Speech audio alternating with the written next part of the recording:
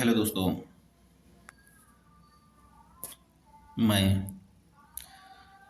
अपनी YouTube channel Z S classes में स्वागत करता हूं।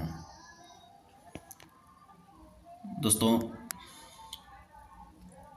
आज हम आपके सामने लेकर उपस्थित हैं वस्तुनिष्ठ लुसेंट सामान्य ज्ञान।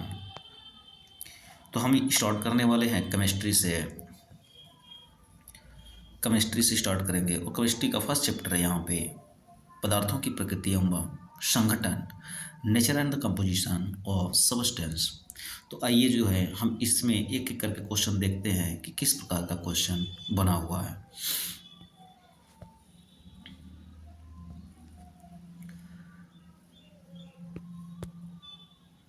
फर्स्ट क्वेश्चन है दोस्तों कि एक ही प्रकार का परमाणु निम्न में से किस में मिलता है। तो जब एक ही प्रकार के परमाणु से जो बने हुए पदार्थ होते हैं, जो एक ही प्रकार का परमाणु जिसमें सम्मिलित होता है, उसको क्या हम खनिज कहते हैं, प्राकृतिक तत्व कहते हैं, खनिज मिश्रण कहते हैं, या फिर में से कोई नहीं। तो देखिए, तो राइट ऑप्शन जो होगा यहाँ पे हमारा सी होगा, उसको बोलते हैं प्राकृतिक तत्व। अब एक क्वेश्चन और आता है कि परमाणु बड़ा है या अणु। तो परमाणु जो होता है छोटा होता है, जबकि अणु जो होता है क्या होता है, बड़ा होता है। तो ये ध्यान रखना होगा। नेक्स्ट क्वेश्चन पे हम लोग चलते हैं।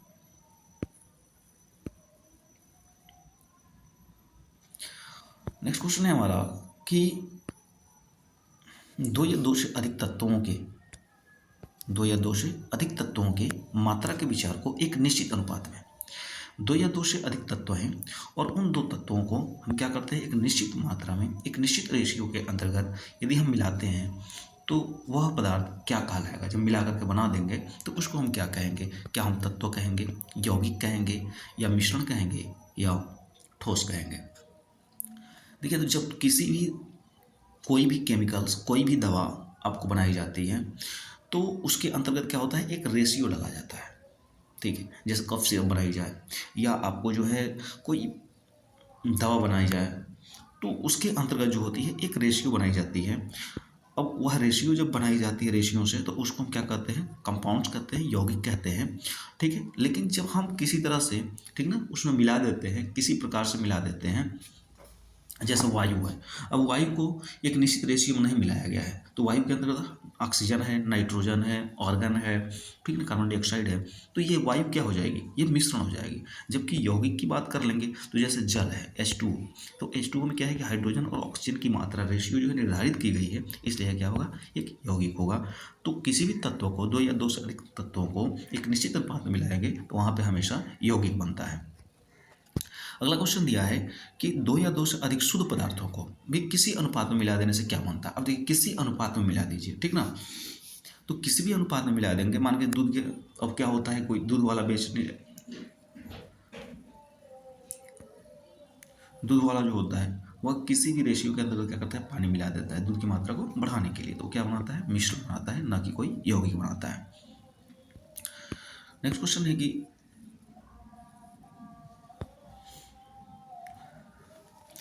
ऐसे तत्व जिनमें धातु, मेटल्स एंड नॉन मेटल दोनों का गुण पाया जाता है।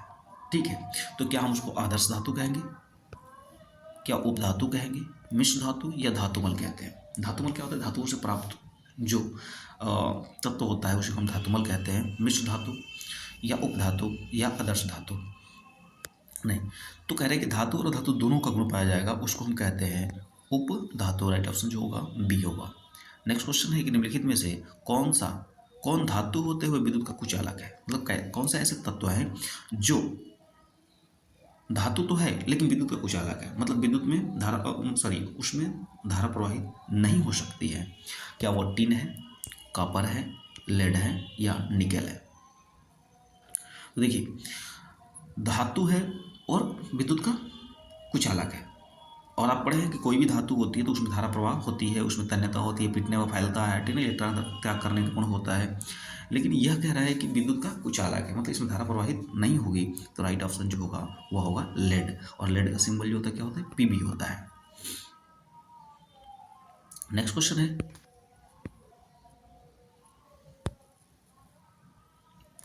कि निम्नलिखित में से किस अधातु में धातुई चमक पाई जाती है? अधातु है लेकिन धातु वाली चमक पाई जाती है। अब धातुओं का एक क्या है विशेष गुण कि उसमें तन्यता पाई जाएगी, तन्यता पाई जाएगी। दूसरी, पीटने पे ध्वनि उत्पन्न होती है। तीसरा, पीटने पर फैलाव होता है।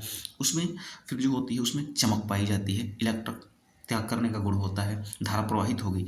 तो ऐसे ही कह रहे हैं अधातु तो है लेकिन धातु ही चमक पाई जाती है। धातु की चमक होती है। क्या वो ग्रेफाइट है या आयोडीन है या ओपिक में से दोनों, या इनमें से कोई नहीं?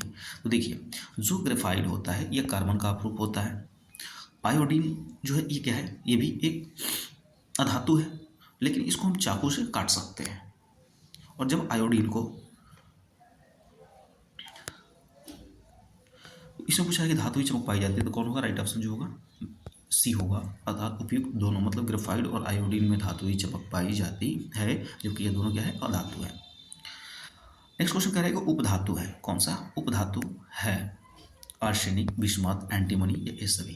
तो देखिए, आर्सेनिक, एंटीमनी, बिस्मथ ये सब क्या होते हैं? उपधातु होते हैं, मेटलॉइड्स होते हैं।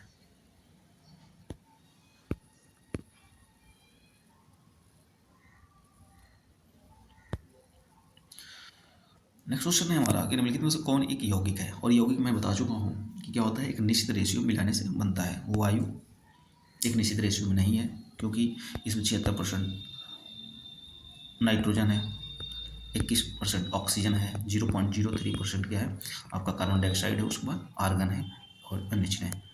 पारा, पारा का सिंबल क्या होता है? Hg होता है। ओजोन O3 और अमोनिया NH4। तो देखिए, नाइट्रोजन और हाइड्रोजन से मिलकर बना है, जिसमें नाइट्रोजन का एक अणु, हाइड्रोजन का 4 अणु मिलकर के क्या बनाते हैं? अमोनिया का निर्माण करते हैं निश्चित रेशियो के साथ। तो यह क्या होगा? एक यौगिक होगा। तो अमोनिया क्या है? एक यौगिक है। राइट ऑप्शन जो होगा डी होगा।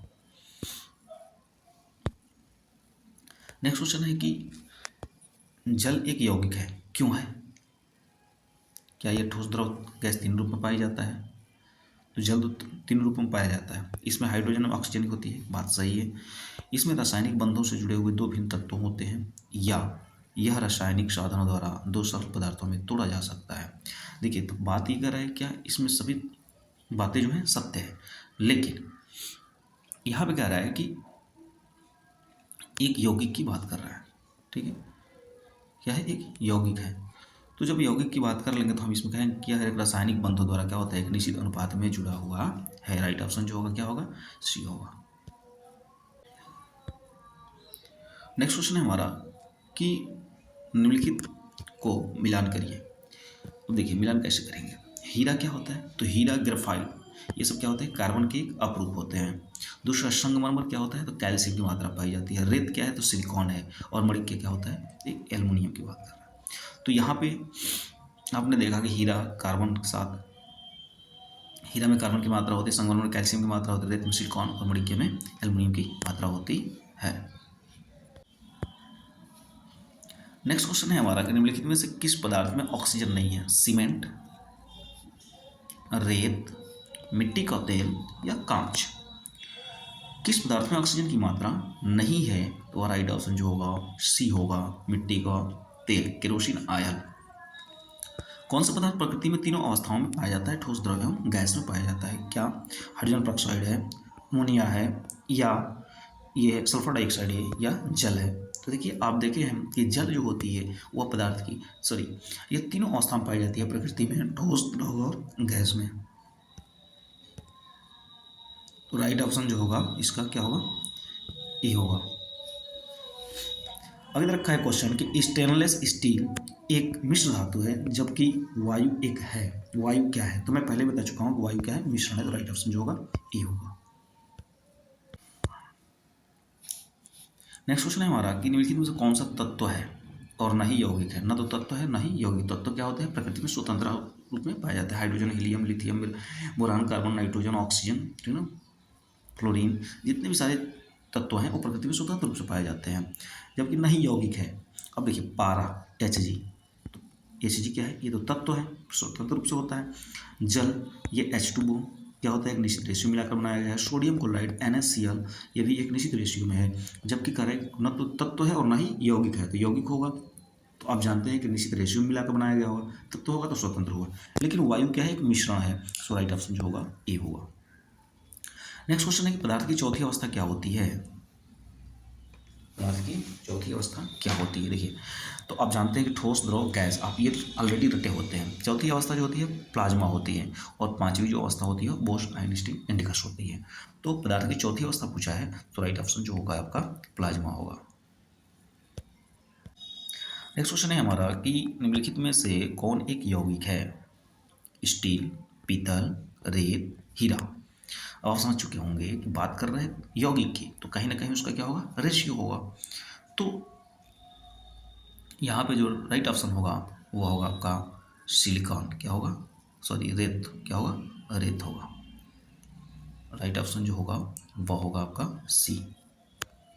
विरंजक चूर्ण। नेक्स्ट क्वेश्चन हमारा बनता है कि विरंजक चूर्ण, ब्लीचिंग पाउडर। ब्लीचिंग पाउडर क्या होता है, तो आसपास की गंदगी को हटाने के लिए, कचरे को साफ करने के लिए जो होता है किया जाता है, काई लग जाती है वहाँ पर साफ करने के लिए इसको डाला जाता है, या मच्छरों को भगाने के लिए डाला जाता है। तो कह रहे कि विरंजक चूर्ण जो होता है ये क्या है, क्या विरंजक चूर्ण तत्व है, यौगिक है, या मिश्रण है। ठीक है, तो हम बात कर लेंगे कि विरंजक चूर्ण जो होती है वह एक यौगिक होती है, और कमेंट बॉक्स में आप विरंजक चूर्ण का, ठीक है ना, ब्लीचिंग पाउडर का सूत्र कमेंट बॉक्स में करेंगे। नेक्स्ट क्वेश्चन है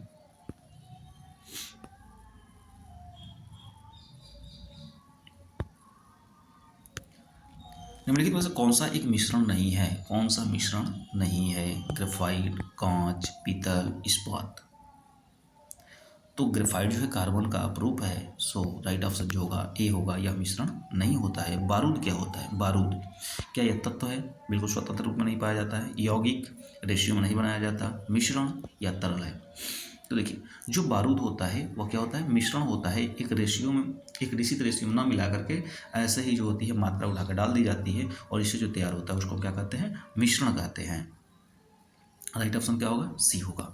नेक्स्ट क्वेश्चन है हमारे पास कि कोयला, कोल, जिसको कोल कहते हैं, तो कोयला क्या है। तो कोयला एक तत्व है, यौगिक है, मिश्रण है, या इनमें से कोई नहीं। तो कोयला जो है ये कार्बन और कार्बन का ही रूप है, तो इसलिए ये क्या होता है, तत्व होता है, प्रकृति में जो होता है पाया जाता है। हीरा, डायमंड जिसकी बात कर लेंगे, हीरा क्या है, क्या तत्व है, यौगिक है, मिश्रण है, या तरल है। तो हीरा भी जो होता है वह भी क्या होता है, तत्व होता है। राइट ऑप्शन जो होगा वह ए होगा। नेक्स्ट क्वेश्चन हमारा बनता है कि विश्व का प्रत्येक पदार्थ अत्यंत सूक्ष्म कणों से मिलकर बना होता है। सबसे पहले यह किसने कहा था। तो हमारे देश में जब पुरानी समय जब विज्ञान उतना डेवलप नहीं था, तो कहीं ना कहीं ऋषि मुनि जो होते थे वह भी रह करके वह अपना अध्यात्म ज्ञान प्राप्त करते थे, और कुछ चीज़ों का मतलब अध्यात्म ज्ञान प्राप्त करके उनके बारे में अपने शिष्यों और अपने लोगों से क्या करते थे, विचार विमर्श करते थे।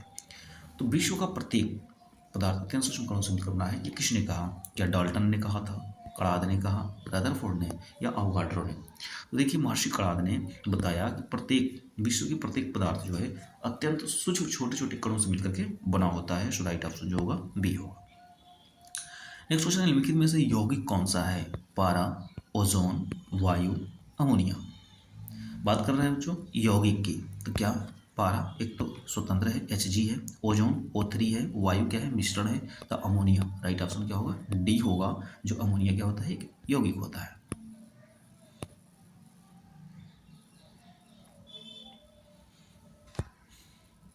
नेक्स्ट क्वेश्चन, निम्नलिखित में से कौन सा एक तत्व है मणिक्य, नीलम, पन्ना, हीरा। बात कर रहे हैं एक तत्व की, तो हम पीछे ही पढ़े थे कि हीरा, ग्रेफाइट, कार्बन, ये सब क्या होते हैं, कार्बन के अपरूप होते हैं। तो राइट ऑप्शन क्या होगा, डी होगा, यह क्या होता है, तत्व होता है हीरा। नेक्स्ट क्वेश्चन है कि वायु निम्नलिखित में से क्या है। ये पहले ही बता चुके हैं कि क्या होता है, मिश्रण होता है। राइट ऑप्शन जो होगा सी होगा। अगला क्वेश्चन है कि निम्नलिखित में से रासायनिक यौगिक कौन सा है। वायु, ऑक्सीजन, अमोनिया, पारा। तो रासायनिक यौगिक जो है वह है अमोनिया। निम्नलिखित में से मिश्रण है, मिश्रण दूध, कार्बन मोनोऑक्साइड, इस्पात, या HCl हाइड्रोक्लोरिक। तो देखिए जो मिश्रण है वह है हमारा इस्पात। क्या है? इस्पात होता है। राइट ऑप्शन जो होगा बी होगा।